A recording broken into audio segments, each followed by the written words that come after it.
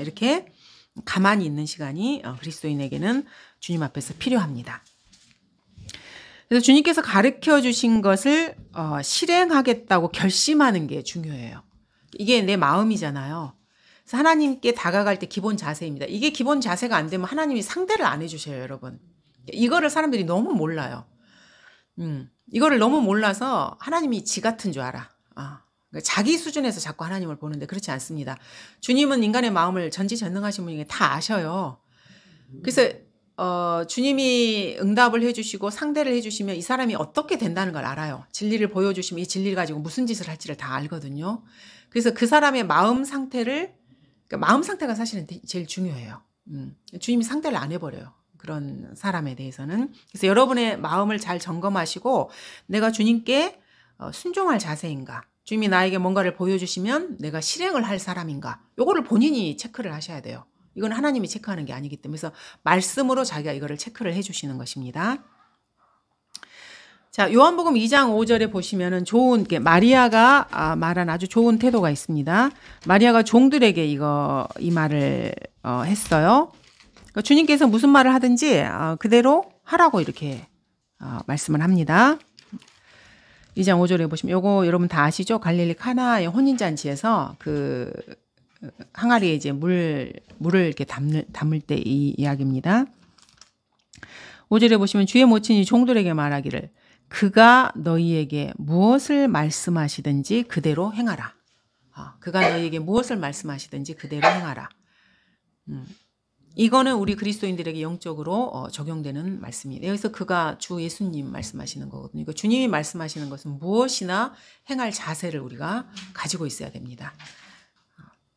이거는 기본 자세고요. 그래서 이제 카톨릭 교도들이 마리아 숭배, 본인들은 숭배를 하는데 또 이렇게 말로는 숭배를 안 한다 그래요. 또 말을 또 바꾸거든요. 뭐 공경을 해서 뭐 그런다든 좀 예수 그리스도의 뭐 모친이기 때문에 뭐 그에 상응하는 대우를 한다는 이런 엉뚱한 소리를 해요.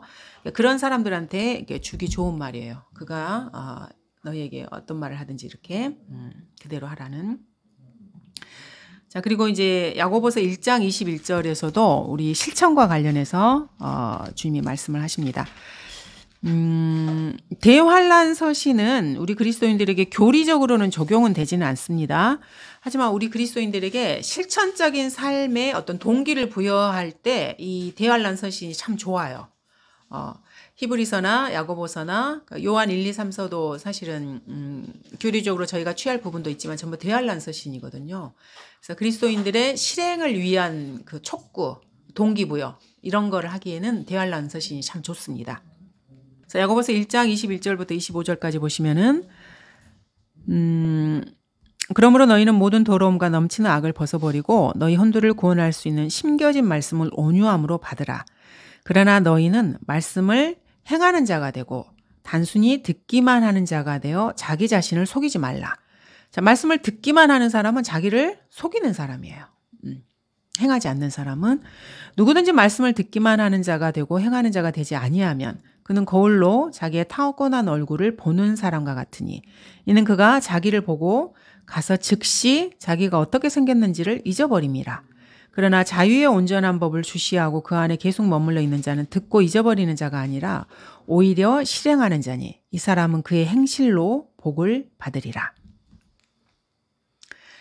대환란에서는요, 행하지 않으면 구원을 잃어버려요. 행위가 요구되는 하나님의 경륜 시대에는. 그래서 이 행위가 요구되는 시대에 그 말씀들이 그리스도인들의 행동을 촉구하기에 좋다는 거예요. 그런 이유 때문에요. 근데 이제 이 시대에는 어쨌든 믿음으로 구원을 받고 또 믿음으로 사는 시대입니다. 근데 믿음에서 발로한 행위가 반드시 필요한 거예요.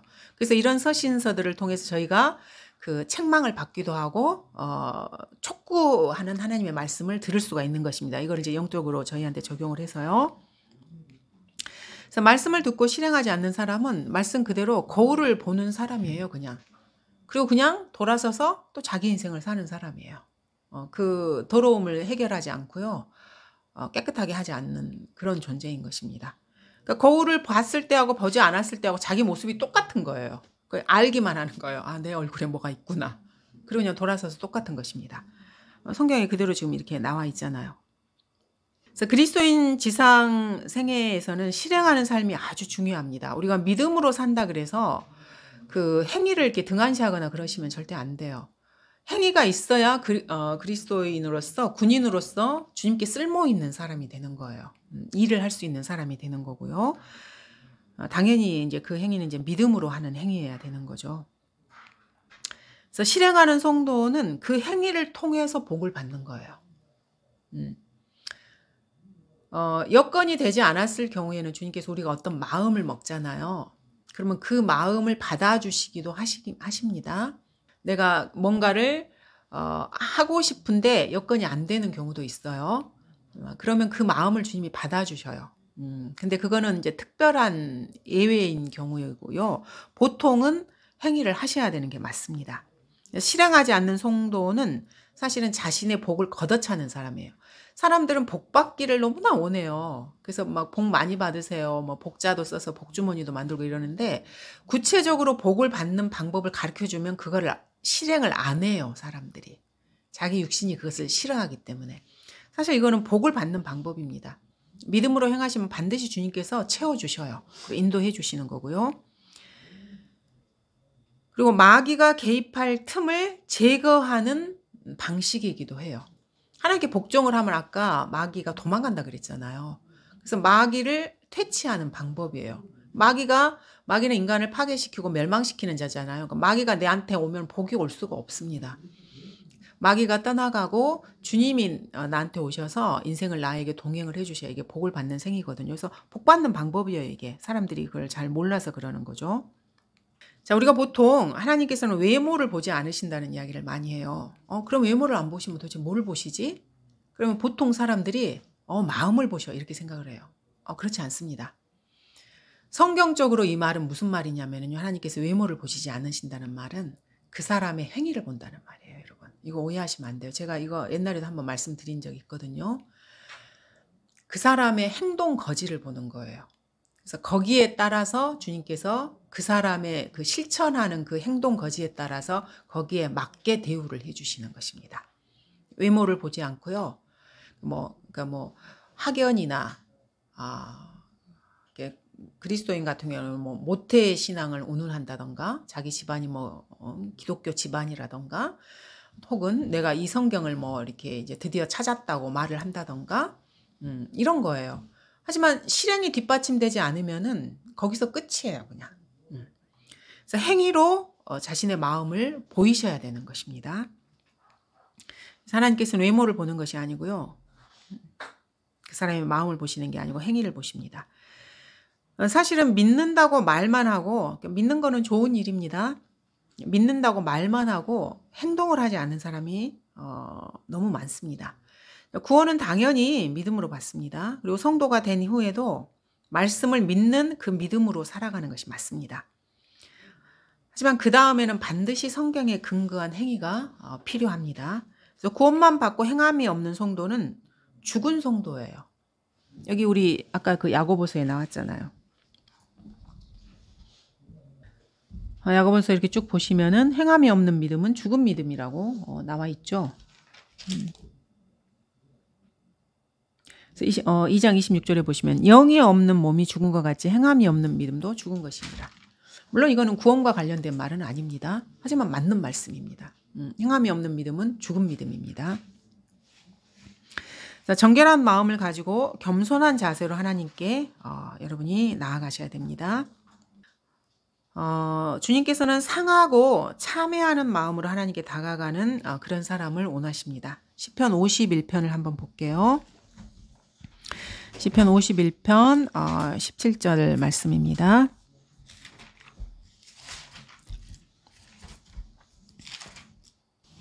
자, 하나님의 희생제들은 상한 영이니 하나님이여 주께서는 상하고 참회하는 마음을 멸시하지 아니하시리이다.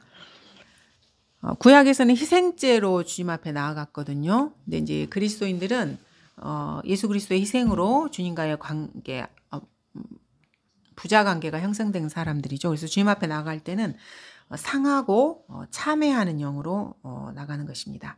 그래서 하나님께서 원하시는 희생 제물과 희생제들과 제물은 자신의 상한 마음입니다. 이게 희생제를 대체하는 것이라고 여러분이 보시면 되겠습니다. 이렇게 해서 이제 주님 앞에 나아갈 때 어떠한 자세로 나아가야 되는지 그 자세를 한번 쭉 살펴보았습니다. 그래서 말씀을 읽고 묵상하실 때 깨달은 것을 기록하는 노트 정도는 하나 이렇게 마련을 해 놓으셔서 날짜 쓰시고요. 간단하게 이렇게 기록을 좀 남기시는 게 본인의 영적 그 삶의 유익을 위해서 좋습니다. 그래서 이제 양을 정해서 하나님 말씀을 읽고 묵상하는 것도 좋은 방법입니다. 보통은 이제 기본적으로는 하루에 3장 정도를 추천을 합니다. 그리고 잠언 같은 경우에는 31장까지 있기 때문에 하루에 1장씩 읽으면 1년에 한 12번 정도는 읽을 수 있거든요. 잠언을 제외한 다른 성경을 한 3장 정도 이렇게 추천을 드릴 수가 있고요. 참고로 러커만 목사님께서는 기본 하루에 10장 이상씩을 매일매일 읽으셨어요. 매일매일. 그래서 평생에 본인이 성경을 그 처음부터 끝까지 읽은 연구하는 것 말고 그냥 이렇게 읽기만 하는 게 100번이 넘죠. 그렇게 많이 이렇게 읽으셔서 그래서 성경을 잘 아시는 거고요. 그래서 걸어 다니는 성경이에요. 그래서 말씀하시면 헛소리를 안 하셔요. 성경에 기반한 말씀이기 때문에. 그래서 저희가 이제 그 하나님의 말씀이 땅에 떨어지지 않는다는 그런 표현들이 있잖아요. 그래서 여러분도 인생을 살아가시면서 여러분이 하는 말이 땅에 떨어지는 것을 원치 않으시면은요, 성경을 통해서 자기 생각을 완전히 갈아엎으시면 돼요. 그래서 자기가 나오는 이 말이나 행위나 이런 것들이 성경적인 걸 계속해서 하시면은 여러분이 하시는 말이 땅에 떨어지지 않아요. 그런 것입니다. 그리고 이제 장소도 좀 생각해 놓으시고 정해 놓으시는 게 좋아요. 왜냐면 저희가 이제 분주하고 가족도 있고 막 이렇게 하기 때문에 혼자만 있는 시간을 갖기가 좀 어렵거든요. 그래서 방해받지 않는 공간, 조용한 곳이 필요하고요. 그리고 하나님께서 여러분에게 교제해 주실 것을 기대하시면서 이렇게 나가시면 됩니다.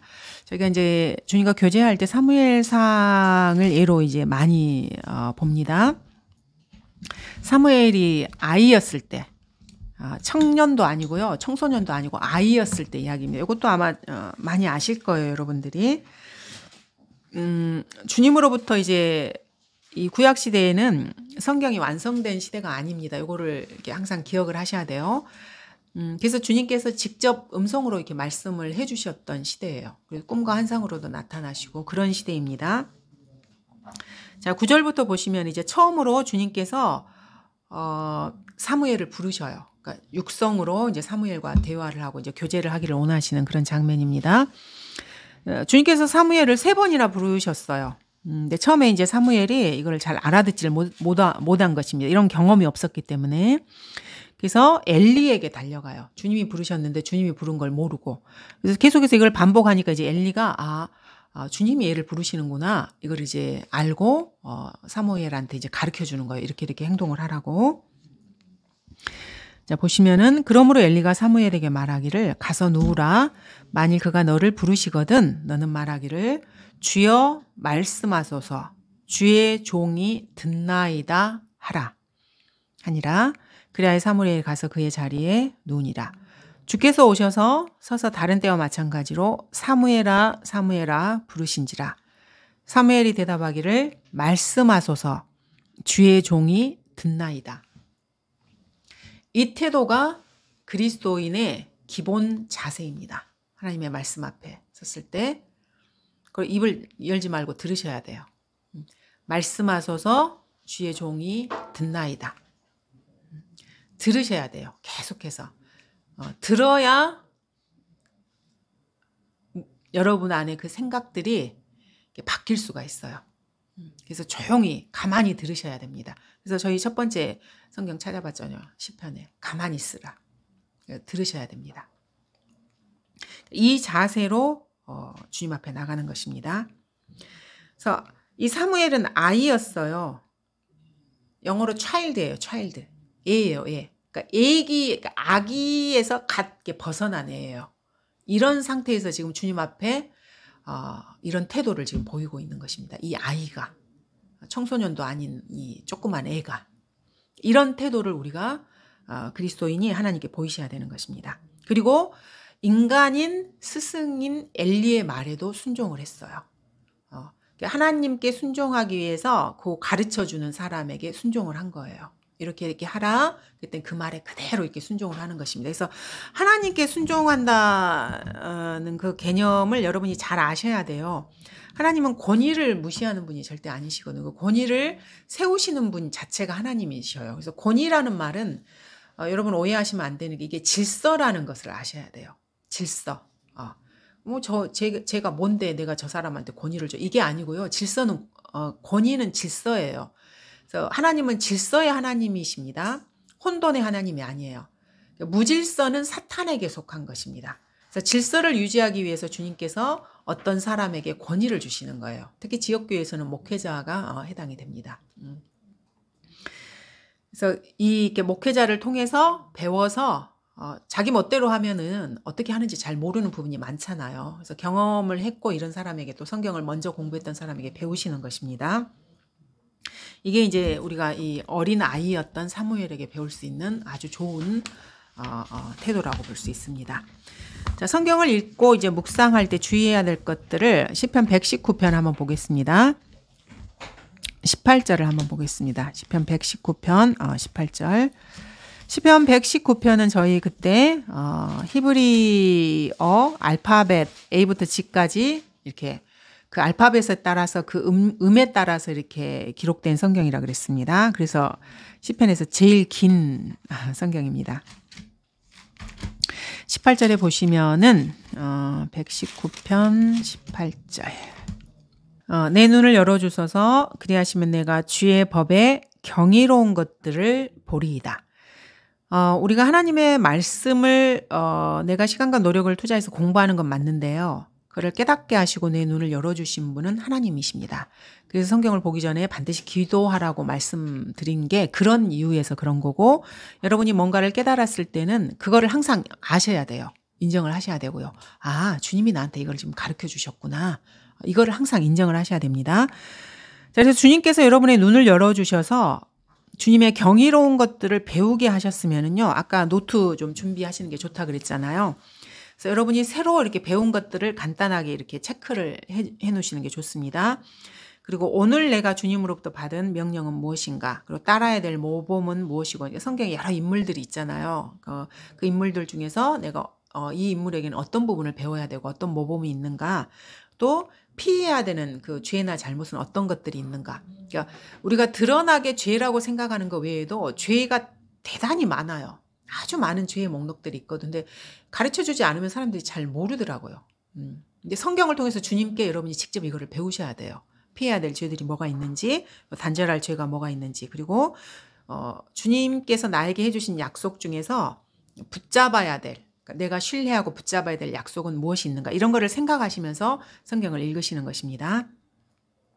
또 뭐 새롭게 배운 진리는 무엇인가.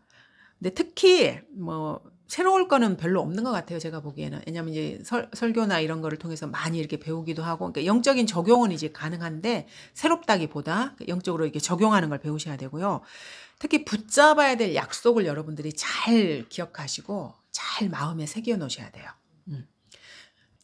저희가 주님은 약속을 하시는 분이시고 신실하신 분이시기 때문에 약속을 지키시는 분이라는 걸 계속해서 우리가 배워요.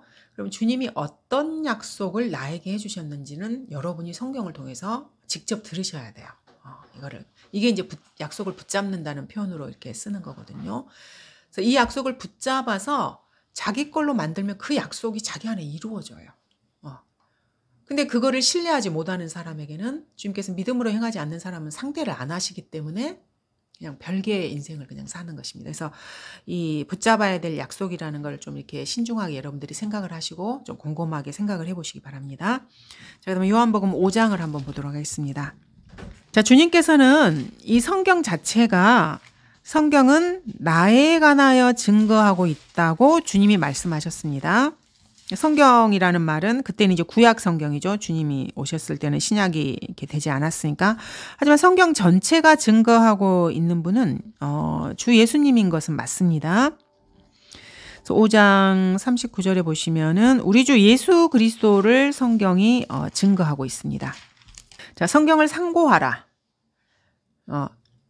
묵상하는 겁니다. 생각해보고. 이는 너희가 성경에 영생이 있다고 생각함이니 성경에 영생이 있는 건 맞습니다. 그 성경은 나에 관하여 증거하고 있습니다. 성경에 영생이 있다는 말은 주 예수 그리스도 안에 영생이 있다는 말입니다. 성경을 통해서 그것을 찾으시라는 말이에요. 그리고 그 약속을 붙드시라는 말이고요. 이거는 주님께서 지금 바리새인들에게 말씀을 하고 있는 것입니다.